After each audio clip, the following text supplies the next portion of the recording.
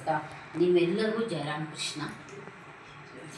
ಶ್ರೀಮಾತೆಯ ಜೀವನ ಅಂತಕ್ಕಂಥದ್ದು ಬಹಳ ಪವಿತ್ರಮಯ ಹಾಗೂ ಶಾಂತಿ. ಅವರ ಜೀವನವೇ ಶಾಂತಿ, ಅವರ ಜೀವನವೇ ನಮಗೆಲ್ಲರಿಗೂ ದಾರಿದೀಪ. ನಾವಾದರೆ ಅದನ್ನು ಅಷ್ಟೊಂದು ಗಮನಿಸ್ತಾ ಹೋಗ್ತಾ ಇಲ್ಲ.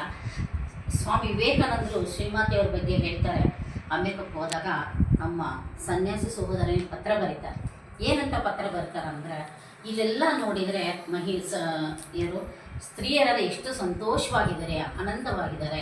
ಆಮೇಲೆ ಇದು ದೇಶದಕ್ಕಂಥ ಎಲ್ಲ ಸಮೃದ್ಧಿ ಬೆಳೆದ, ಆದರೆ ನಮ್ಮ ಭಾರತ ದೇಶ ಯಾಕೆ ಇಷ್ಟು ನಾನು ಇಟ್ಕೊಂಡು ಮಾತಾಡೋದು ಇಷ್ಟು ಬಡತನದಿಂದ ಕೂಡಿದೆ, ಯಾಕೆ ಇಷ್ಟು ಹಿಂದುಳಿದಿದೆ ಅಂತಂದರೆ ಸ್ವಾಮಿ ವಿವೇಕಾನಂದರು ಸ್ವಾಮೀಜಿಯವರಿಗೆ ಪತ್ರ ಬರೀತಾರೆ.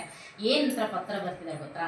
ಅಲ್ಲೆಲ್ಲರೂ ಕೂಡ ಸ್ತ್ರೀಯರಿಗೆ ಗೌರವ ಕೊಡ್ತಾರೆ, ನಮ್ಮಲ್ಲಿ ಕೊಡ್ತಾ ಇಲ್ಲ. ಅವ್ರು ಯಾವ ರೀತಿಯಾಗಿ ಕೊಡ್ತಾರೆ ಅಂದ್ರಪ್ಪ ಅಂದರೆ, ನಮ್ಮ ಯಾವ ರೀತಿಯಾಗಿ ಆ ದೇಶದಲ್ಲಿ ಸ್ತ್ರೀಯರಿಗೆ ಕೊಡ್ತಾ ಇದ್ದಾರೆ ಅಂದರೆ, ಅವರ ನಡೆ ನುಡಿ, ಅವರ ವ್ಯಕ್ತಿತ್ವ, ಅವರ ಅಲಂಕಾರದ ಬಗ್ಗೆ ಕೊಡ್ತಾರೆ. ಅದಕ್ಕೇನು ಅಷ್ಟೊಂದು ಭಾರತ ದೇಶ ಶ್ರೀಮಂತ ಬರ್ತಾವಲ್ಲ, ಬೇರೆ ದೇಶಗಳು ಶ್ರೀಮಂತ ಬರ್ತವೆ. ನಮ್ಮ ದೇಶದಲ್ಲಿ ಮಹಿಳೆಯರಿಗೆ ಗೌರವನೇ ಇಲ್ಲ. ಎಲ್ಲಿ ಮಹಿಳೆಯರಿಗೆ ಗೌರವ ಸಿಗುತ್ತೋ, ಆ ತಾಯಿಗೆ ಒಂದು ರಕ್ಷಣೆ ಸಿಗುತ್ತೋ, ಆ ತಾಯಿಯನ್ನು ಪೂಜಿಸಲ್ಪಡುತ್ತೋ, ಪ್ರತಿ ಮನೆಯಲ್ಲಿರ್ತಕ್ಕಂಥ ಕೂಡ ದುರ್ಗೆ ಸ್ವರೂಪಿಣಿಯರು ಅವ್ರಿಗೆ ಗೌರವ ಕೊಟ್ಟಾಗ ಮಾತ್ರ, ಪೂಜಿಸಲ್ಪಟ್ಟಾಗ ಆಗ ನಮ್ಮ ದೇಶ ಈ ಬಡತನ ಅಂತಕ್ಕಂಥ ಒಂದು ಇದರಿಂದ ಹೊರಗಡೆ ಬರುತ್ತೆ. ಆವಾಗ ನಮ್ಮ ದೇಶ ಉದ್ಧಾರ ಆಗುತ್ತೆ ಅಂತ ಹಾಗೆ ಶ್ರೀಮಾತೆಯವರು ಅಂದ್ಕೊಳ್ತಾ ಇರ್ತಾರೆ. ನಮ್ಮ ಸ್ತ್ರೀಯರಿಗೆ ಯಾಕೆ ಇಷ್ಟೊಂದು ಕಟ್ಟುಪಾಡು? ಯಾವಾಗೂ ನಾವು ಪರ್ದಿ ಒಳಗಡೆಗೆ ಇರಬೇಕು, ಗಂಡು ಮಕ್ಕಳಿದ್ರೂ ಮಾತಾಡೋದಿಲ್ಲ, ಒಳಗಡೆಗೆ ಇರಬೇಕು, ನಮ್ಮದು ಏನೂ ನಡೆಯೋದೇ ಇಲ್ಲ. ಇಂಥೆಲ್ಲ ಪರಿಸ್ಥಿತಿಯಲ್ಲಿ ಯಾಕೆ ರಾಮಕೃಷ್ಣರ ಹತ್ರನೂ ಬೇಡ್ಕೊಂತಿರ್ತೀವಿ, ಯಾಕೆ ಇಂಥ ಪರಿಸ್ಥಿತಿ ಅಂತ. ಅದಕ್ಕೆ ಇವತ್ತು ಅವರ ಪ್ರಾರ್ಥನೆ ಇವತ್ತು ಯಾವ ಮಟ್ಟಕ್ಕೆ ಹೋಗಿದೆ ಅಂದರೆ, ಮಹಿಳೆಯರು ರಾಷ್ಟ್ರಪತಿವರೆಗೂ ಹೋಗಿದೆ. ಎಂದೂ ಕೇಳಿರಲಿಲ್ಲ ನಾವಲ್ವಾ, ಯಾವಾಗಲೂ ಅಣಿಸ್ತಾ ಇದ್ರು, ಹೆಣ್ಮಕ್ಳು ರಾಷ್ಟ್ರಪತಿ ಆದರೆ ಪತ್ನಿ ಅಂತಾರೆ, ವ್ಯಂಗ್ಯವಾಗಿ ನಾವುಗಳೇ ಮಾತಾಡ್ತಾ ಇದ್ವಲ್ವಾ. ಇವತ್ತು ನೋಡಿರಿ, ಶ್ರೀಮಾತೆಯವರ ಆಶೀರ್ವಾದದಿಂದ ಪ್ರತಿಯೊಬ್ಬ ಮಹಿಳೆ ಕೂಡ ಕಲಿಕೆ ಆಗ್ತಾಯಿದೆ, ವಿದ್ಯಾವಂತರು ಆಗ್ತಾ ಇದ್ದಾರೆ, ನಮ್ಮ ಮಕ್ಕಳನ್ನು ಕಲಿಸ್ತಾ ಇದ್ದಾರೆ, ಮತ್ತು ಇಂಥ ಕಾರ್ಯಕ್ರಮಗಳಲ್ಲಿ ಅಭಿವೃದ್ಧಿ ಪಡ್ಕೊಂಡು ತಮ್ಮ ಜೀವನವನ್ನು ಉದ್ಧಾರ ಮಾಡ್ತಾ ಇದ್ದಾರೆ. ಶ್ರೀಮಾತೆಯವರ ಒಂದು ಜೀವನ ಚರಿತ್ರೆ ನಾವು ಭಗವದ್ಗೀತೆಗೆ ಹೋಲಿಸ್ಬೋದು.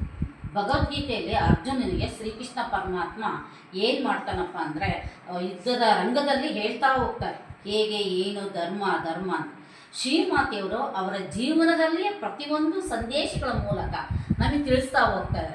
ಬೇಕಾದರೆ ನೀವು ನೋಡ್ತಾ ಹೋಗಿ, ಓದ್ತಾ ಹೋಗ್ರಿ, ಕೇಳ್ತಾ ಹೋಗ್ರಿ, ನಿಮ್ಮ ಜೀವನದಲ್ಲಿ ಇಷ್ಟೊಂದು ಸಂತೋಷ ಇರುತ್ತೆ ಅಂತ. ಶ್ರೀಮಾತೆಯವರು ಪ್ರತಿಯೊಂದು ಸಂದೇಶಗಳನ್ನು ನಾವು ಕೇಳ್ತಾ ಹೋದರೆ, ಅವು ನಮ್ಮ ಜೀವನದಲ್ಲಿ ಅಳವಡಿಸ್ಕೊಳ್ತಾ ಹೋದರೆ ಸಾಕಷ್ಟು ಬದಲಾವಣೆಗಳನ್ನು ಕಾಣ್ತಾ ಹೋಗ್ತೀವಿ. ಮೊದಲಿಗೆ ನಾನು ಶ್ರೀಮಾತೆಯವರ ಬಗ್ಗೆ ಬರ್ತೀನಿ. ನಮ್ಮ ದೇಶದಲ್ಲಿ ಹಿಂದಿನಿಂದಲೂ ಆಧ್ಯಾತ್ಮಿಕತೆ ನಡೀತಾ ಇದೆ.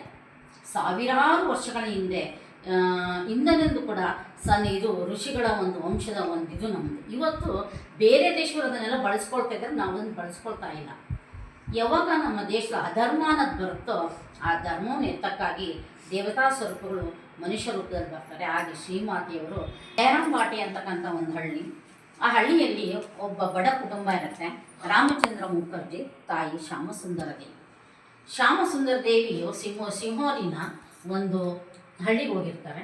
ಹೋಗ್ಬೇಕಾದ್ರೆ ಜಾತ್ರೆಗೆ ಹೋದಾಗ ಅವ್ರಿಗೆ ಯಾಕೋ ಸುಸ್ತು ಅನಿಸುತ್ತೆ. ಒಂದು ಬಿಲ್ವಪತ್ರೆ ಮರದ ಕೆಳಗಡೆ ಕುತ್ಕೊಂಡಾಗ ಆ ಬಿಲ್ವಪತ್ರೆ ಮರದ ಕೆಳಗೆ 5 ವರ್ಷದ ಒಬ್ಬ ಬಾಲಕಿ ರೇಷ್ಮೆ ಸೀರೆಯನ್ನು ಉಟ್ಟು, ಬಂಗಾರದ ಒಡವೆಗಳನ್ನೆಲ್ಲ ಹಾಕ್ಕೊಂಡು, ಕಾಲಿಗೆಲ್ಲ ಗೆಜ್ಜೆಗಳು ಹಾಕ್ಕೊಂಡು ಮರದ ಮೇಲಿಂದ ಇಳಿತಾ ಬಂದು ಆ ತಾಯಿಯ ಕೊರಳಿಗೆ ಆನಂದಿಸ್ಕೊಂಡ್ಬಿಟ್ಟು ಕೇಳ್ತಾಳೆ, ಅಮ್ಮ ನಾನು ನಿಮ್ಮನೆಗೆ ಮತ್ತೆ ಕರ್ಕೊಂಬಂದು ಅವರಿಗೆ ಇದನ್ನು ಮಾಡ್ತಾರೆ,